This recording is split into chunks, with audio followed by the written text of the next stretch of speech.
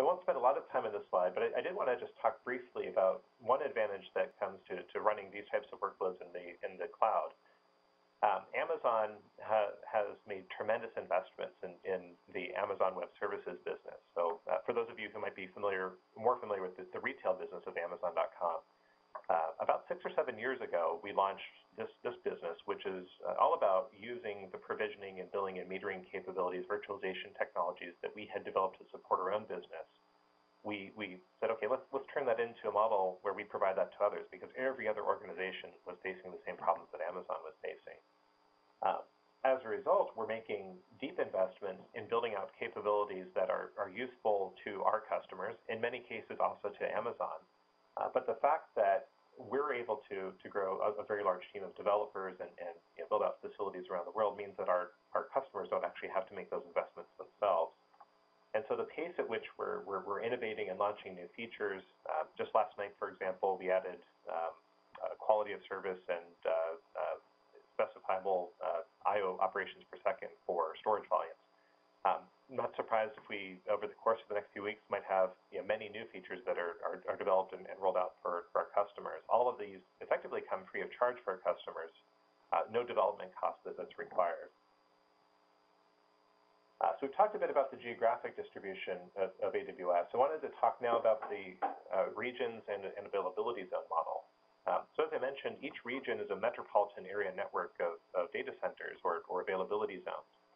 And so the idea of Amazon is of what Amazon Web Services is that we allow our customers to design the architecture that's most relevant to their requirements. So if you're somebody like Netflix and you want to stream videos to customers around the world, you'll likely design your video streaming application to leverage multiple regions and design it so that even if an entire data center or availability zone goes offline, there's no impact to the end customer. If you're working on a high-performance computing workload, but one that can be easily resumed, you might actually want to create a 10 gigabit full bisection bandwidth network that's purely resident within a single data center, and then store your results in such a way that if that data center goes offline, you could quickly create another cluster in another availability zone and resume your work. We give you the ability to specify very precisely where your data resides, where your compute resides, and we make it very easy to design tools that allow you to build architectures that can leverage multiple data centers, multiple availability zones, multiple regions for high availability if that's your requirement. And so when you create a machine image, for example, a template that when you launch it, created a virtual machine instance or an EC2 instance, that machine image can be launched in any availability zone within a given region.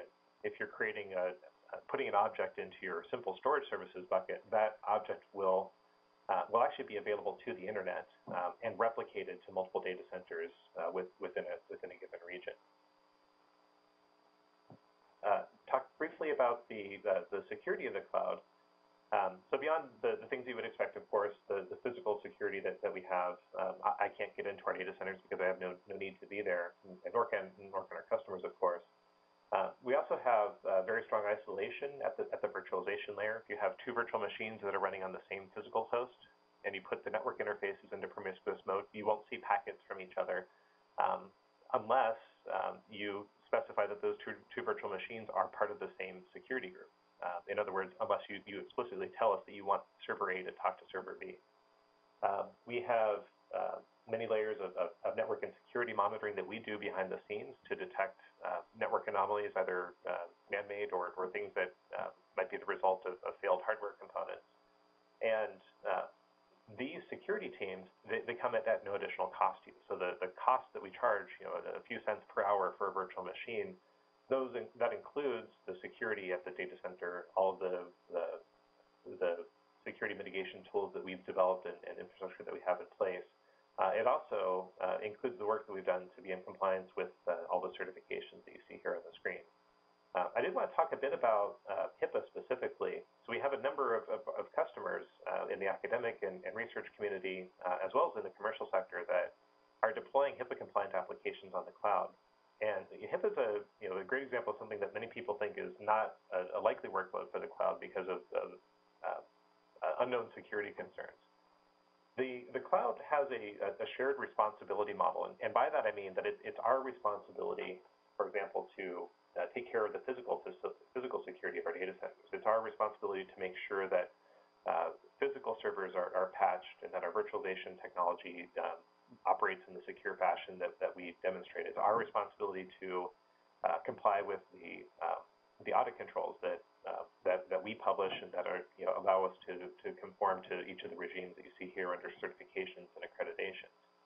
It's our customers' responsibility to manage operating systems and patch those things that we don't have access to. So if you're running, for example, a Star cluster on AWS and you define a security group that allows anybody in the world to connect to it, and you've opened up SSH and you've used a weak password, that's not something that we control. That's your responsibility to control. So we've published guidance at our security center that walks customers through best practices for developing HIPAA-compliant applications. Talks about what we do, what our customers do, and together, by working through that model, we have a number of organizations that are storing even PHI data, personal health information data, on the cloud, and are building applications that, for example, allow patients to share their electronic medical records with the many physicians they might work with, as well as their family, in ways that are tightly coordinated and controlled.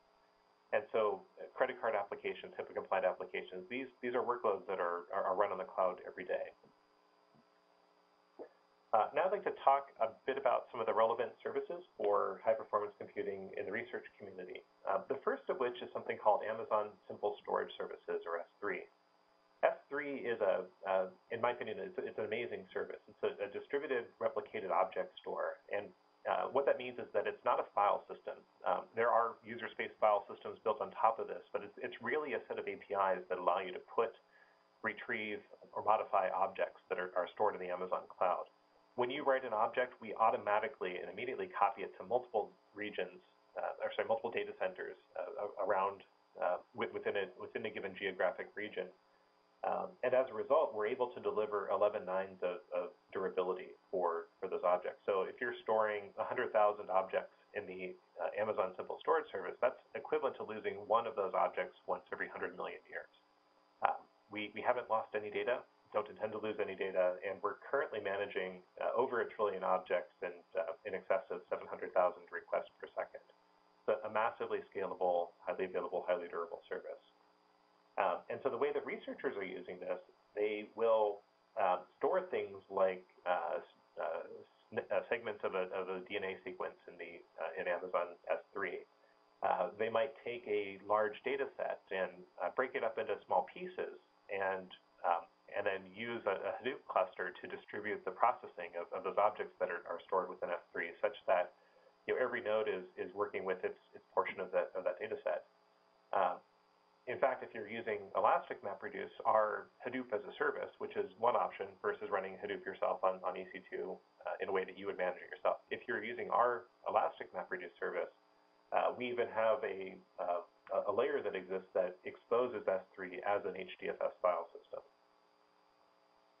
If you want to move large amounts of data back and forth between on-premise and the cloud, we have an import-export service. You can actually ship us hard drives or arrays of hard drives. We'll load that data into the cloud and send you a notification once that's loaded. Typically, you're encrypting that data before you send it to us. And correspondingly, if you want to get data out of the cloud very quickly, that's an option. Alternatively, you can use our Direct Connect feature to just copy over the network. And then if you want to, you can also back up to S3. So using our storage gateway, we expose iSCSI LUNs to servers that can then not only write to local storage, but also replicate whatever you're writing to S3 and vice versa. So it's a good way to seamlessly back up and expand your storage to leverage S3.